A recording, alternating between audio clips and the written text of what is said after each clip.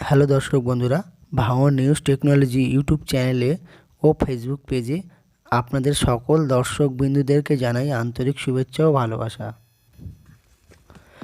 On স্ক্রিনে আপনি দেখতে পাচ্ছেন বাংলার শস্য বীমা রবি 2023 ও 24 মরশুমের ফর্মটি কিন্তু আমাদের কাছে চলে এসেছে।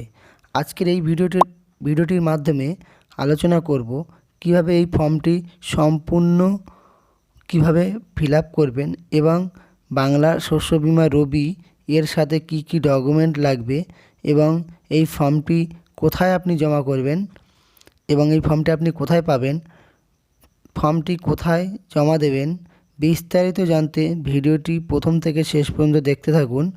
বাংলার শস্য বীমা রবি 2023 মরশুমের আবেদন প্রক্রিয়া এই ডিসেম্বর মাসেই শুরু হয়ে গেছে এবং ইতিমধ্যে আবেদনপত্র জমা নেওয়া শুরু হয়ে গেছে এবং আপনারা জানেন এই বাংলা শস্য বীমা আপনার নাম নথিভুক্ত থাকলে যদি আপনার প্রাকৃতিক কারণে বা প্রাকৃতিক দুর্যোগের কোনো রকম ক্ষতি হয় তাহলে ক্ষতিপূরণের টাকা সরাসরি আপনার ব্যাংক অ্যাকাউন্টে মাধ্যমে পাঠিয়ে দেওয়া হয় এবং বাংলার শস্য বীমা প্রকল্পের বছরে দুবার নাম নথিভুক্ত করাতে হয়, একটি খারিফ মরশুমের সময় আর একটি রবি মরশুমের সময় এবং খারিফ মরশুমের ইতিমধ্যে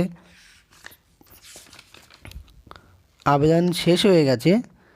এখন কিন্তু আপনাদের রবি মরশুমের জন্য আবেদন করতে হবে এবং আপনারা অনেকেই বিভিন্ন সময় প্রশ্ন করে থাকেন এখানে একবার আবেদন করেছিলেন আবারও আবেদন করতে হবে কি না। তো এখানে কিন্তু প্রতিবারই আপনাকে আবেদন করতে হবে। যদি আপনি আবেদন না করে থাকেন তাহলে যদি আপনার ফসলের কোনো রকম ক্ষতি হয়ে থাকে তাহলে ক্ষতিপূরণের টাকা পাবেন না।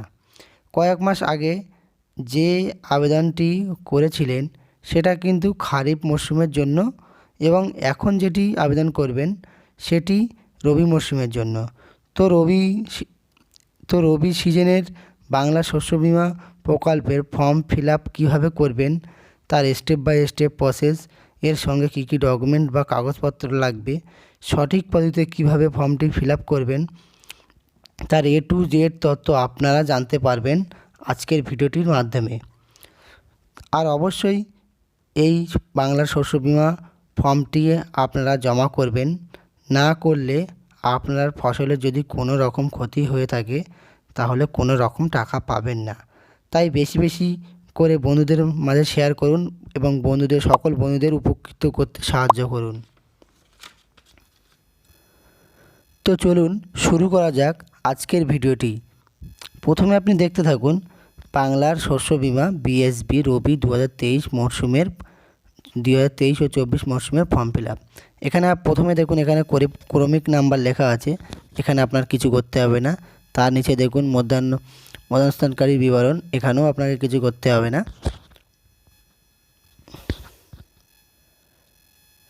কৃষকের নাম, আপনি যে ব্যক্তি আবেদন করছেন সেই কৃষক এখানে আপনার নাম লিখে নেবেন। এখানে আরেকটি কথা বলবো, ফর্মটি আপনি কিন্তু ইংরাজি এবং বাংলাতে ফিল আপ করতে পারবেন। তা আপনাকে আমি সাজেস্ট করব ইংরেজি থেকেই ফিল আপ করলে সবচেয়ে বেটার, কারণ যে আধিকারিকরা আপনার ফর্মটি জমা নেবেন কম্পিউটারে বা অনলাইনে আপডেট দিতে তার সুবিধা হবে আপনার নাম নির্ভুলভাবে ওঠার জন্য। তারপরে দেখুন এখানে অভিভাবকের নাম, আপনি কার নামটি দেবেন, পিতা হলে পিতার নামতে টিক দিবেন, মাতার নাম হলে মাতার নাম দেবেন, স্বামীর নাম হলে স্বামীর নামে, অভিভাবকের যে কোনো আপনার যেটা চাওয়া হবে আপনার সেটাই দেবেন। এখানে অভিভাবকের নাম, আপনার স্বামীর নাম, আপনার হাজব্যান্ডের নাম কি আপনার অভিভাবকের নাম, যেটা হবে সেটাই দিয়ে দেবেন। বয়স, এখানে আপনি আপনার বয়স কত সেটা দিয়ে দেবেন।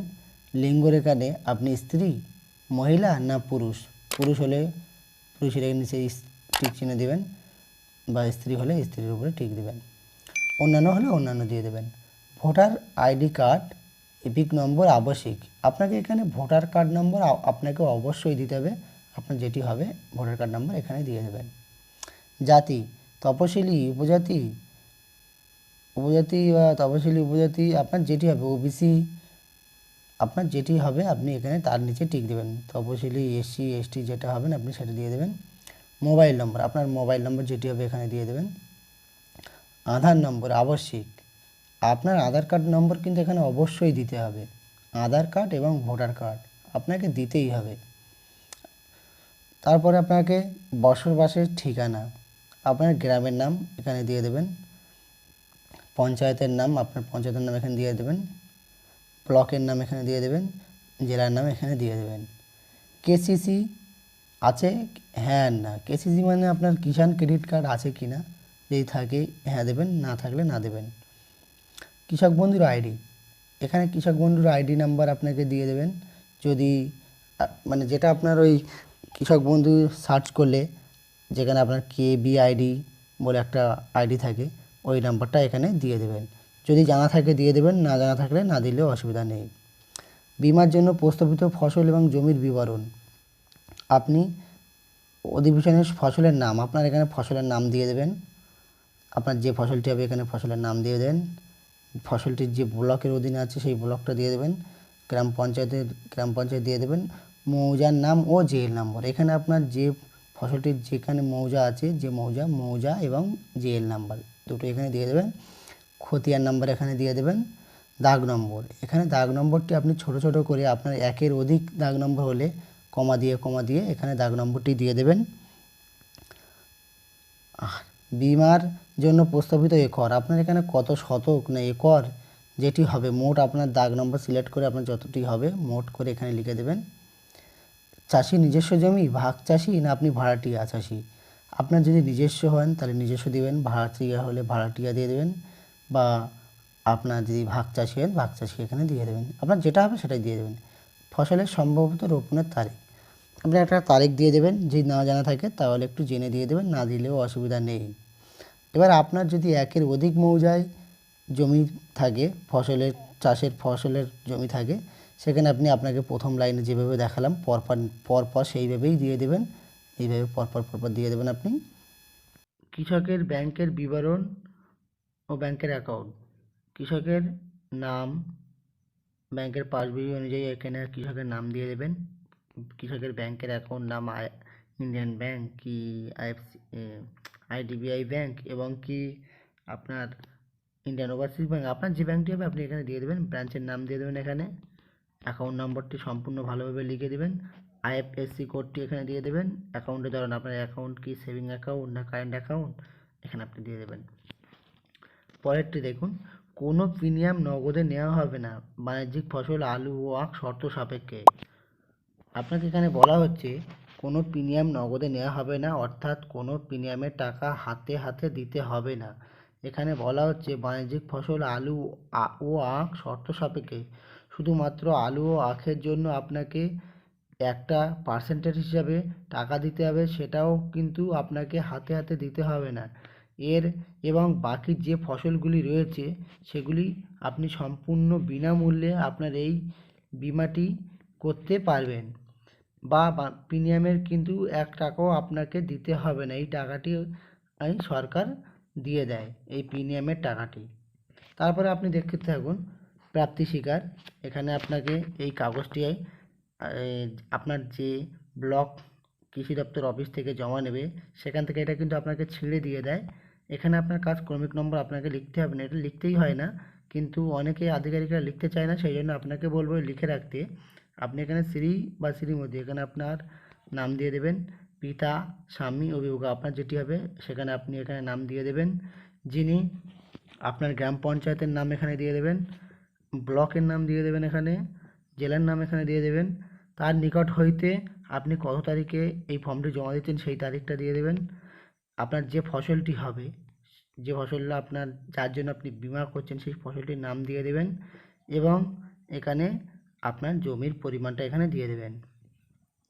তারপর আপনি এখন দেখুন জমির পরিমাণ একরের পরিমাণের জন্য পূরণ করা প্রস্তাবিত গ্রহণ করা হইল ঝুঁকি গ্রহণযোগ্য ও প্রস্তাব যাচাই সাপেক্ষে। তারপর আপনার এখানে নামটি দিয়ে দেবেন, শ্রী বা শ্রীমতীর এখানে আপনার নাম দিয়ে দেবেন। আপনার ব্যাংকের নাম এখানে দিয়ে দেবেন। আপনার ব্যাংকের শাখার নাম এখানে দিয়ে দেবেন। আপনার অ্যাকাউন্ট নম্বর এখানে দিয়ে দেবেন। প্রদানকারীর নাম এখানে আপনার নাম দিয়ে দেবেন, ঠিকানা দিয়ে দেবেন। এখানে আপনার কাজ নেই, এখানে আবেদনকারী যে আধিকারিক জমা নেবেন ব্লক অফিসে উনি এখানে সিগনেচার এবং স্টাম্প সই সিল মোহর মেরে দেবে, তারপর আপনাকে এটা কেটে জমা দিতে হবে। এরপরে ফের দেখুন আবার লেখা আছে কোনো প্রিমিয়াম নগদে নেওয়া হবে না বাণিজ্যিক ফসল ও আলু শর্ত সাপেক্ষে। আপনাকে আগেই বলেছি আপনার কোনো টাকা নগদে নেওয়া হবে না, যা নেবে আলু ও আখ শর্ত সাপেক্ষে। আলু ও আখের বাদে আপনার যে ফসলগুলো আছে সম্পূর্ণ বিমা সরকারি আপনার প্রিমিয়ামের টাকা কিন্তু শোধ করে দেবে, এবং আলু ও আখের জন্য আপনাকে কিছু পেমেন্ট কিছু পার্সেন্টেজ হিসেবে দিতে হবে, সেটা আপনার ব্যাঙ্ক অ্যাকাউন্টের মাধ্যমে ওনারা কেটে নেবে। এর পরবর্তীতে আরেকটি পেজ আছে, আপনাকে দেখাচ্ছি। কৃষকের দাখিলযোগ্য নথিভুক্ত বাধ্যতামূলক। এখানে আপনাকে এই যে ডকুমেন্টসগুলো আছে এর মধ্যে আপনাকে অবশ্যই জমা দিতে হবে। যেমন এখানে কেওয়াইসি নথি, ভোটার আইডি কার্ড আবশ্যিক এবং আধার কার্ড। ভোটার কার্ড এবং আধার কার্ডের জেরক্স আপনাকে দিতেই হবে, এবং আপনাকে আমি সাজেস্ট করব জেরক্স করার ভোটার কার্ড আধার কার্ড জেরক্স করার পরে নিচে আপনি আপনার সিগনেচারটা করে দেবেন। সিগনেচার বলতে সইটা করে দেবেন, আর যদি আপনি সই না করতে পারেন তাহলে আপনি টিপ মেরে দেবেন।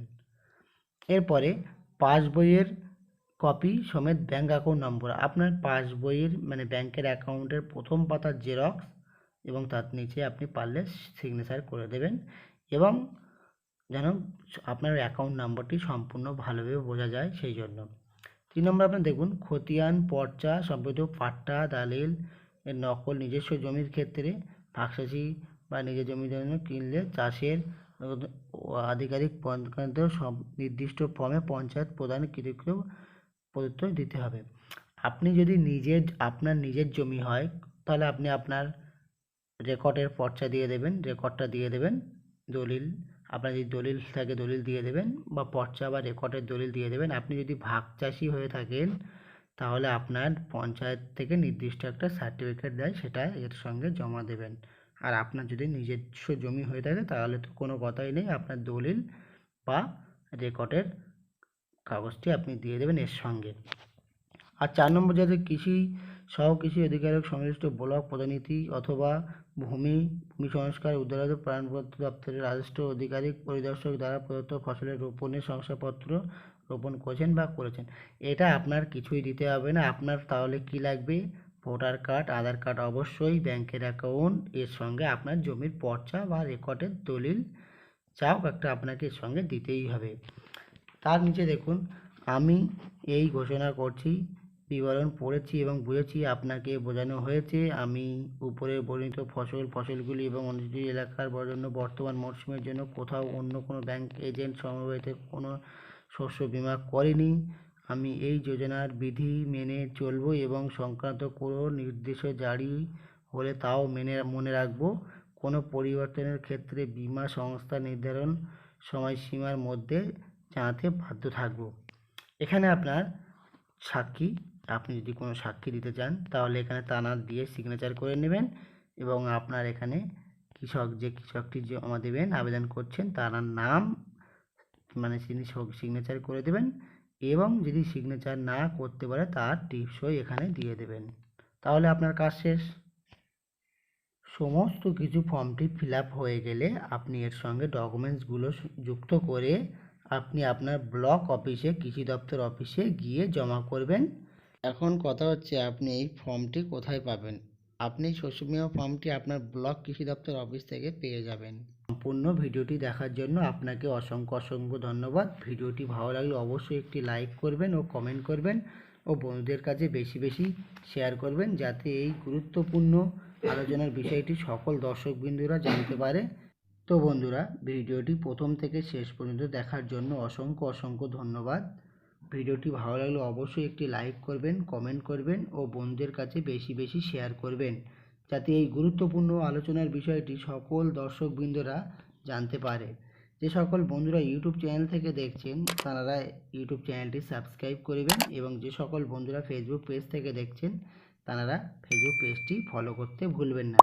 যে সকল দর্শক বন্ধুরা ইউটিউব চ্যানেলটি সাবস্ক্রাইব করে রেখেছেন এবং ফেসবুক পেজটি ফলো করে রেখেছেন সেই সকল ভিউয়ার্স দর্শক বন্ধুদেরকে জানাই অসংখ্য ধন্যবাদ। আর ভিডিওটি শেষ পর্যন্ত দেখার জন্য অসংখ্য ধন্যবাদ।